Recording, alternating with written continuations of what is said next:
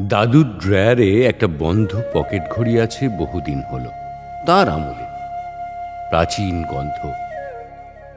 বাবার ড্রয়ারে একটা সিগারেটের কৌটো আছে, অনেক দিন, আজও তাতে তামাক তামাক গন্ধ।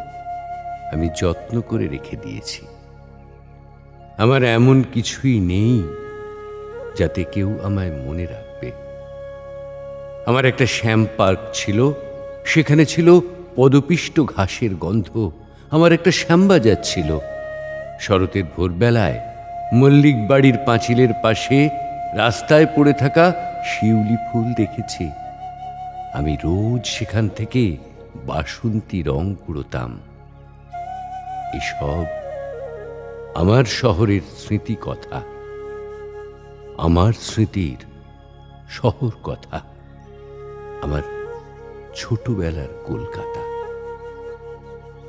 আমার ফেলে আসা দিনের কথাগুলো হাতড়ে হাতড়ে কেউ খুঁজে পাবে না কোনো দিন, কোনো দিনও।